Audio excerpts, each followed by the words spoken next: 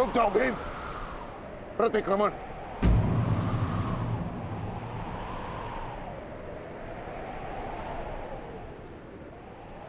प्रतिक्रमण की मांग की है मैंने, रुक जाओ। और मुझे प्रतिकार की मांग है आचार्य, प्रतिकार की।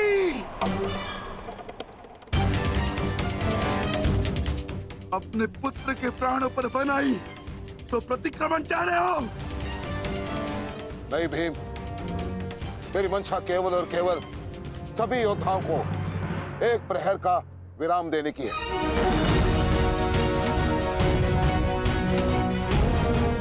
जिसकी आवश्यकता तुम्हें भी है। जाओ, अपने पुत्र का अंतिम संस्कार कर लो। ठहरो भीम।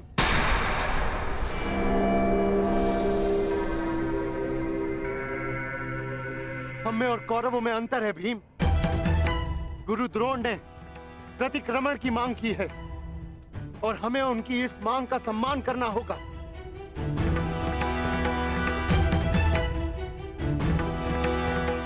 मत करो भीम, मत करो। छोड़ दो भीम, छोड़ दो इसे।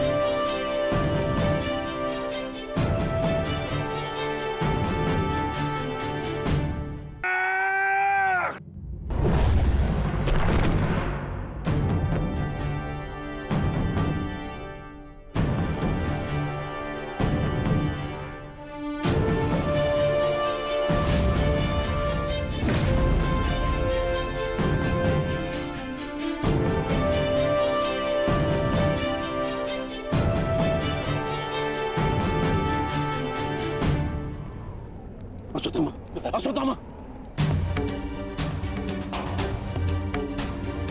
तुम ठीक तो हो पुत्र? पिताश्री,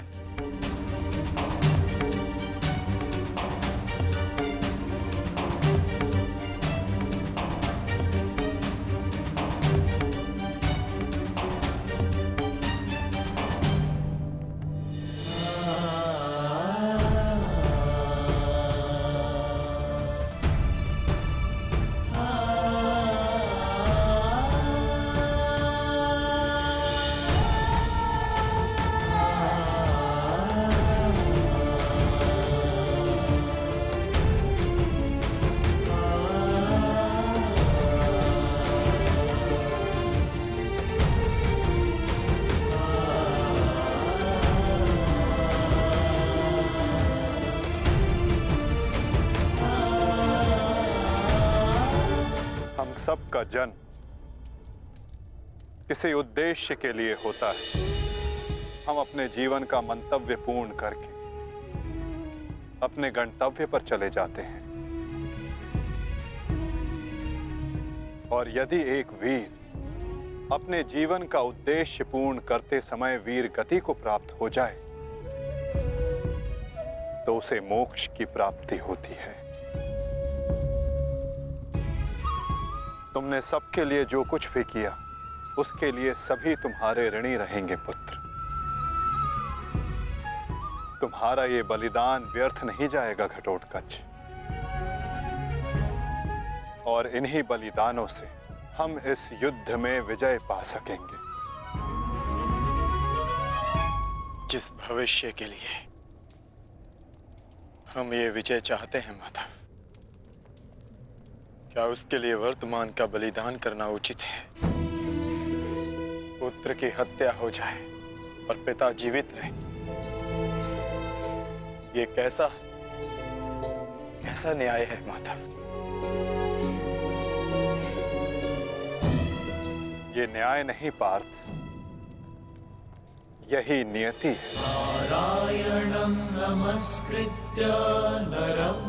धर्म स्थापना के लिए जिनका बलिदान आवश्यक है उन्हें अपना बलिदान देना होगा पार्थ, और जिनका जीवन आवश्यक है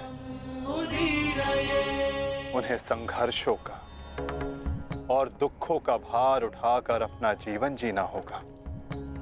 और इस युद्ध के लिए, इस धर्म स्थापना के लिए तुम्हारा जीवन आवश्यक था, और घटोत्कच का बलिदान।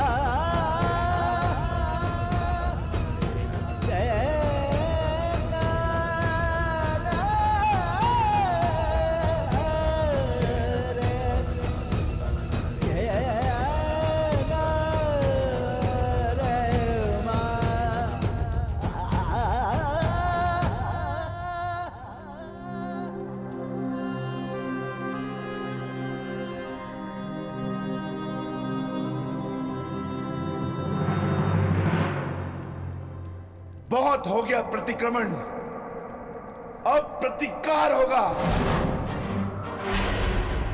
प्रतिकार होगा विकोदर, और वो भी उचित स्थान पर।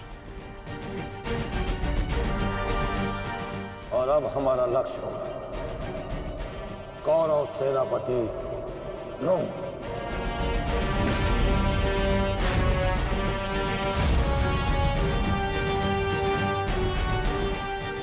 हाँ पिताश्री, कर्ण के पास केवल एक ही अस्त्र था अर्जुन के विरुद्ध, और वो उसका प्रयोग कर चुका है। अब ना तो उसके पास कोई शक्ति है और ना ही कोई कवच, इसलिए अब वो हमारे लिए संकट नहीं, किंतु आचार्य द्रोण को रोकना अति आवश्यक है।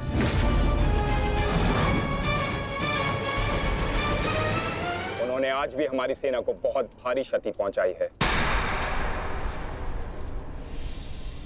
अब द्रोण का वध आवश्यक है।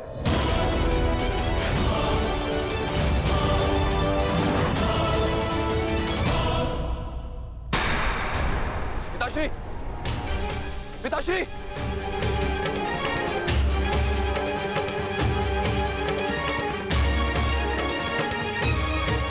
मैं कायरों की भांति युद्ध भूमि छोड़कर नहीं जाऊंगा।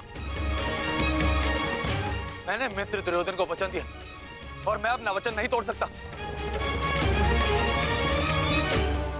एक बात का स्मरण रहे अश्वत्थामा, कि धर्म और धर्म की बात करना हमें शोभा नहीं देता।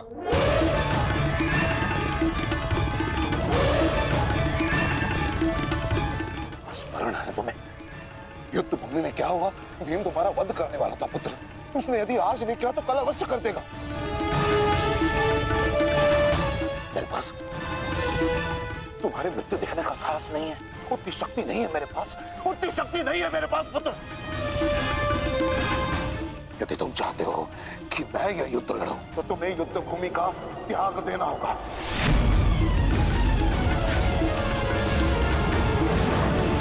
वचन दो मुझे कि तुम युद्ध भूमि का त्याग कर दोगे, वचन दो। आचार्य द्रोण, यदि ऐसा है तो आप यह युद्ध भूमि छोड़कर जा सकते हैं, परंतु मेरा ये मित्र कहीं नहीं जाएगा। वैसे भी आप हमारे सेनापति हैं ना? सेनापति होने के पश्चात भी आप उन विपक्षियों का कुछ कर नहीं पाए, क्योंकि वो विपक्षी आपके प्रिय शिष्य हैं, इसलिए कुछ नहीं कर पाए हैं आप। शांत हो जाओ मित्र।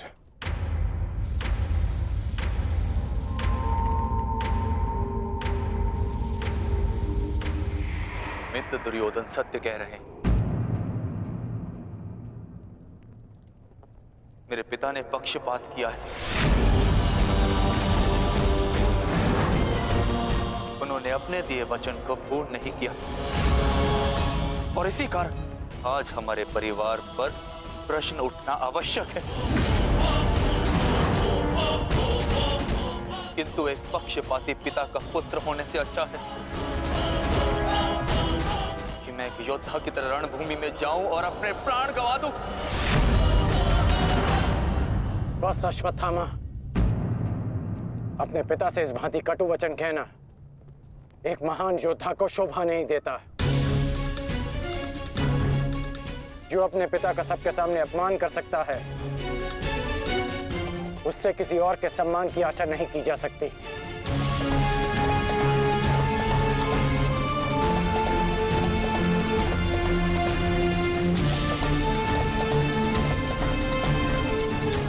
क्षमा कर दीजिए पिताश्री, परंतु मैं इस युद्ध भूमि को छोड़कर कहीं नहीं जाऊंगा।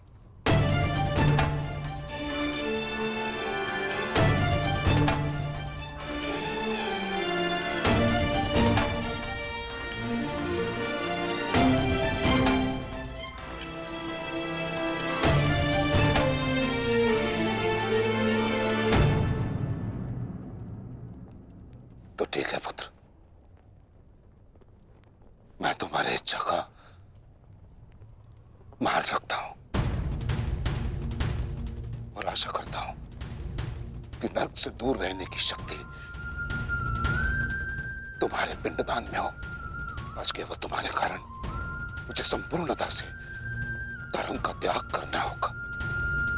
एक पुत्र पिता के लिए बल होता है, परंतु आज तुम मेरे लिए निर्बलता सिद्ध है। और आप भी सुन लीजिए युवराज, यदि मैंने अपने संपूर्ण जीवन काल में पुण्य किया है तो उन समस्त पुण्यों का मैं कवच निर्मित करता।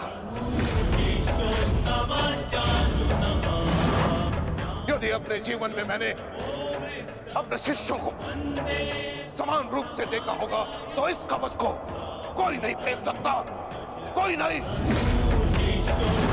यदि मैंने अपने शिष्यों को संभावना से कम और समर्पण से अधिक शिक्षा नहीं दी होगी तो आज मेरे हाथों से मेरे शस्त्रों को कोई नहीं छीन सकता। इसलिए मैं भारद्वाज पुत्र द्रोण प्रण लेता हूं कि इस कुरुक्षेत्र में जो योद्धा मेरे समक्ष आएगा मैं उसका वध कर दूंगा।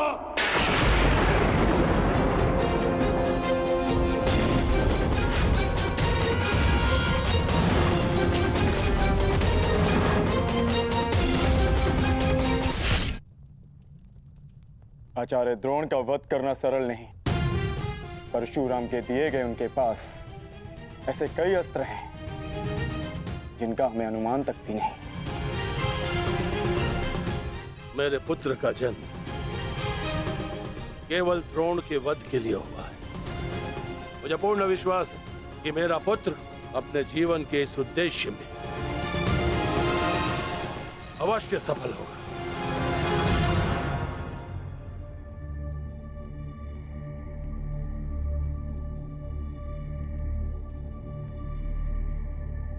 ये युद्ध सरल नहीं है कर्ण। तुम्हें अपना ध्यान केवल युद्ध पर केंद्रित करना होगा। मेरी चिंता का कारण मोह है वृषाली। वो मोह जो बड़े से बड़े योद्धा को निर्बल कर देता है और किसी की निर्बलता शत्रु का सबसे बड़ा शस्त्र न बन जाए। बस इसी बात की चिंता है। तुम्हारी चिंता स्वाभाविक है पार्थ। आचार्य द्रोण का वध करना सरल नहीं है, धृष्टद्युम्न के लिए भी नहीं।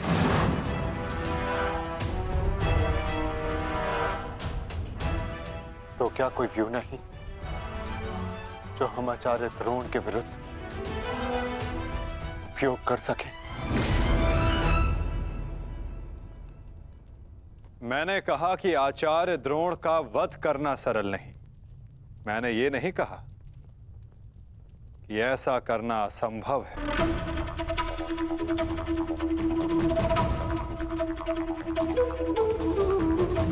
एक व्यू है जिसे आचार्य द्रोण भी नहीं तोड़ सकते।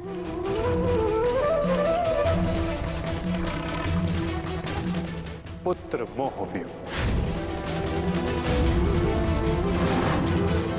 आचार्य द्रोण को परास्त करने का केवल एक ही अस्त्र है, अश्वत्थामा।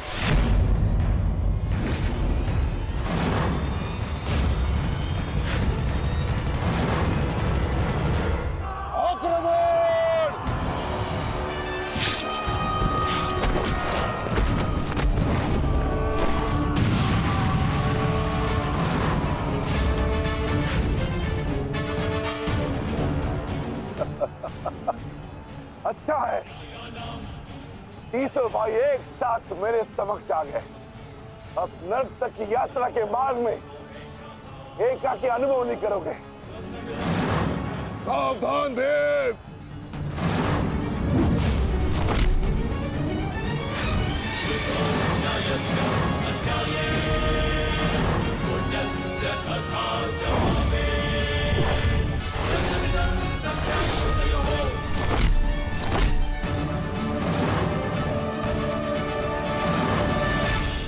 आज मैं हस्तिनापुर नरेश महाराज धृतराष्ट्र के सभी पुत्रों का कवच हूं। यदि किसी ने भी उन्हें हानि पहुंचाने का दुस्साहस किया तो उसे मृत्यु में स्वयं दूंगा, और ये मेरा संकल्प है।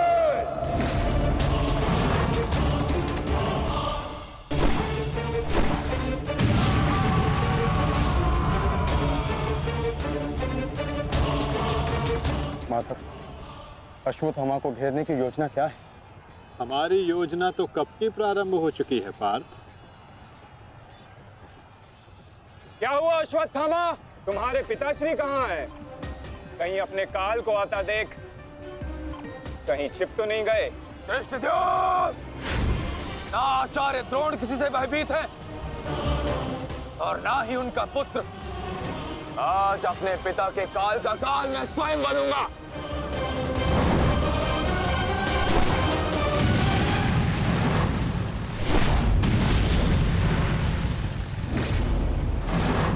बस इतना ही सीखा है अपने पिता से?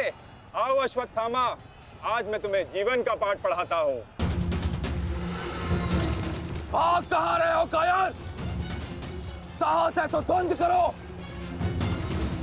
आरती, पीछा करो।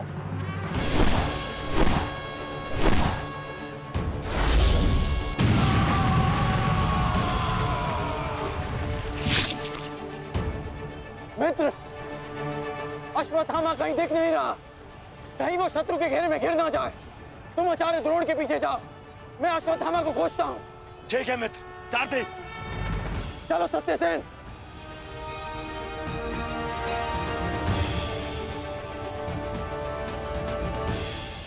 तुम मेरे पिताश्री के काल हो, मेरे नहीं।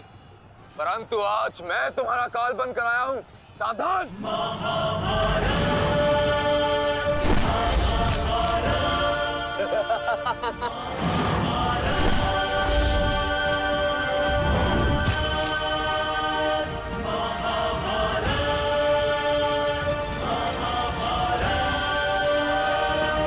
अच्छा हुआ कि पिता और पुत्र दोनों एक साथ मेरे सामने आ गए। आज तुम दोनों मेरे हाथों वीर गति को प्राप्त हो गए।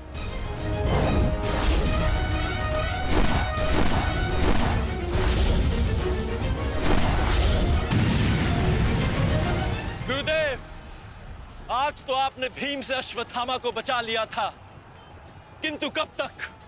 अब चाहे हमारा वध कर दो, किंतु हमने भी आज संकल्प लिया है कि मृत्यु दोनों पक्षों में होगी।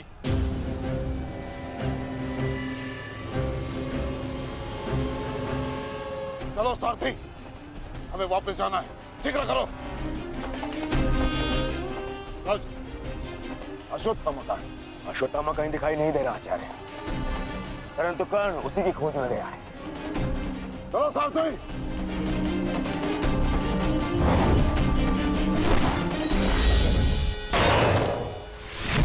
अब तुम्हारी सहायता के लिए ना कोई सैनिक है और ना कोई व्यू। अब तुम दोनों को मेरे हाथ से कौन बचाएगा? सावधान! अश्वत्थामा, तुम स्वयं व्यू में खड़े हो। इस व्यू को शमशान व्यू कहते हैं। कदाचित तुम्हारे पिता ने तुम्हें इस व्यू के विषय में बताया ही नहीं होगा। अपने चारों ओर देखो।